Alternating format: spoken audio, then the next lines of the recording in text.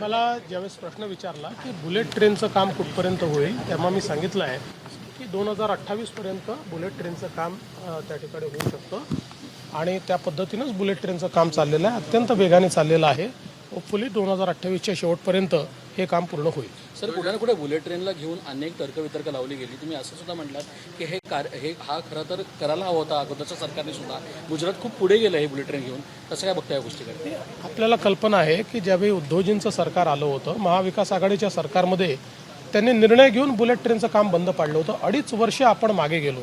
आज तुम्ही विचार करा की समजा आपण 70-80 हजार कोटी रुपये ज्याच्यावर गुंतवतोय, त्याच्यामध्ये 2.5 वर्ष काम बंद ठेवणं म्हणजे त्याचा इंटरेस्ट कोणाचं बर्डन कोणावर येणार आहे, त्याची कॉस्ट कोणाला बेअर करावी लागणार आहे.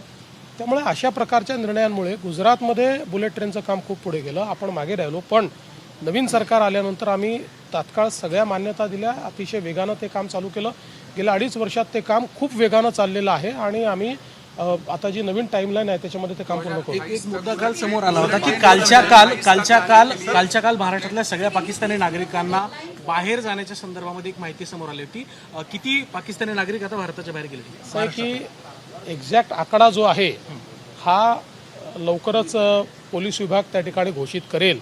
पण मी तुम्हाला सांगतो की जे पाकिस्तानी नागरिक भारतातनं बाहेर गेले पाहिजेत अशा सगळ्या नागरिकांना आयडेंटिफाय करण्यात आलं, संपर्क करण्यात आला, बाहेर जायला सांगण्यात आलं. त्याचं ट्रॅकिंग चाललेलं आहे की ते कुठून जात आहेत, काय करत आहेत, त्याचं ट्रॅकिंग चाललेलं आहे. त्यामुळे त्याची आकडेवारी आपल्याला पूर्ण सांगितली जाईल. पण कोणीही म्हणजे केंद्र सरकारने सांगितलेल्या कॅटेगरीत बसणारा कोणीही नागरिक असा नाही की जो आम्हाला सापडलेला नाही. गृहराज्यमंत्र्यांच्या विधानानंतर सर पाकिस्तानी नागरिकांच्या आकडेवारीच्या संदर्भात एक मोठं असं आहे, शेवटी अनेक वेळा वेगवेगळ्या प्रकारच्या ब्रीफिंगच्या आधारावर मंत्री बोलत असतात. म्हणूनच काल मी ऑथेंटिक ब्रीफिंग आपल्याला केलं, गृहमंत्री म्हणून ऑथेंटिक ब्रीफिंग केलं. मी पुन्हा एकदा आपल्याला सांगतो, जे पाकिस्तानी नागरिक बाहेर जायला पाहिजेत, केंद्राच्या आदेशामध्ये जे पाकिस्तानी नागरिक बसतात की ज्यांना भारत सोडला पाहिजे असे सगळे आयडेंटिफाय झालेले आहेत.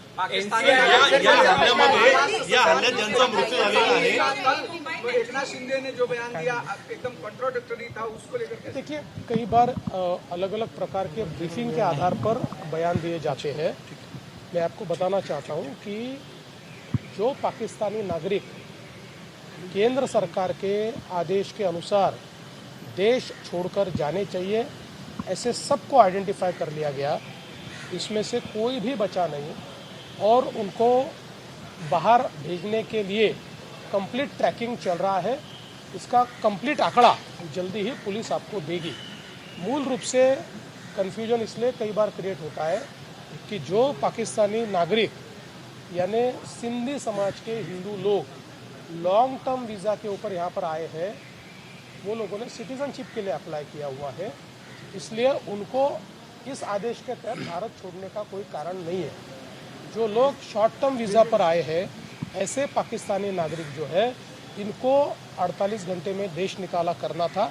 उसके लिए महाराष्ट्र ने पूरे तरीके से अपना फर्ज निभाया है. 26 हिंदू पर्यटकांच्या हत्येनंतर खऱ्या अर्थानं धर्माच्या संदर्भामध्ये मुद्दा समोर आला. परंतु विजय वडेट्टीवार असं म्हणतात की अतिरेक्यांना धर्म विचारण्यासाठी वेळ नाहीये, तो केवळ आतंकवाद आहे, धर्म विचारण्याचा कुठेही वेळ नाहीये.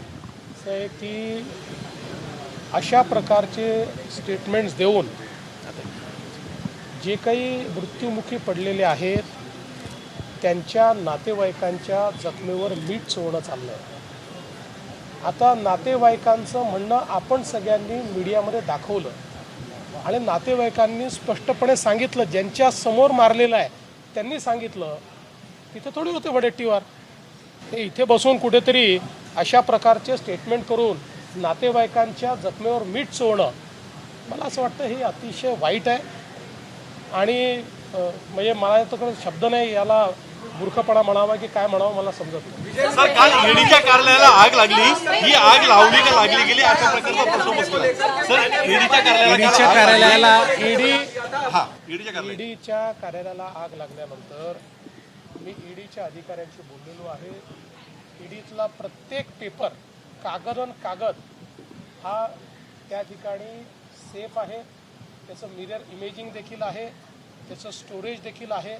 त्यामुळे या आगीने कुठल्याही केसला, कुठल्याही कागदाला केसाचाही धक्का लागलेला नाही. सर, लाडक्या बहिणींना 21 रुपये ऐसा बयान दिया है जब मुंबई हमले को लेकर दिया था और अब यहाँ पर कंट्रोवर्शियल स्टेटमेंट दिया है. बहुत ही असंवेदनशील और मूर्खतापूर्ण बयान है. जो वहाँ पर मारे गए, जिनकी हत्या हुई, उनके परिवारजनों ने, जो वहाँ पर उपस्थित थे उनके साथ, उन्होंने जो बयान दिया उस बयान को झुठलाना, इससे ज़्यादा असंवेदनशीलता क्या हो सकती है. एक प्रकार से उनके जख्मों पर नमक छिड़कने का काम ये कर रहे हैं. उनको कभी भी ये जो हमारे सारे मरे हुए भाई हैं उनके परिवार वाले माफ़ नहीं कर सकते. ऐसा मूर्खतापूर्ण बयान करना एक प्रकार से जो हमारे दुश्मन हैं उनको बढ़ावा देने वाला ये काम है. Sir NCERT sir NCERT sir मुघलांचा इतिहास वगैरे. एबीपी माझा, उघडा डोळे बघा नीट.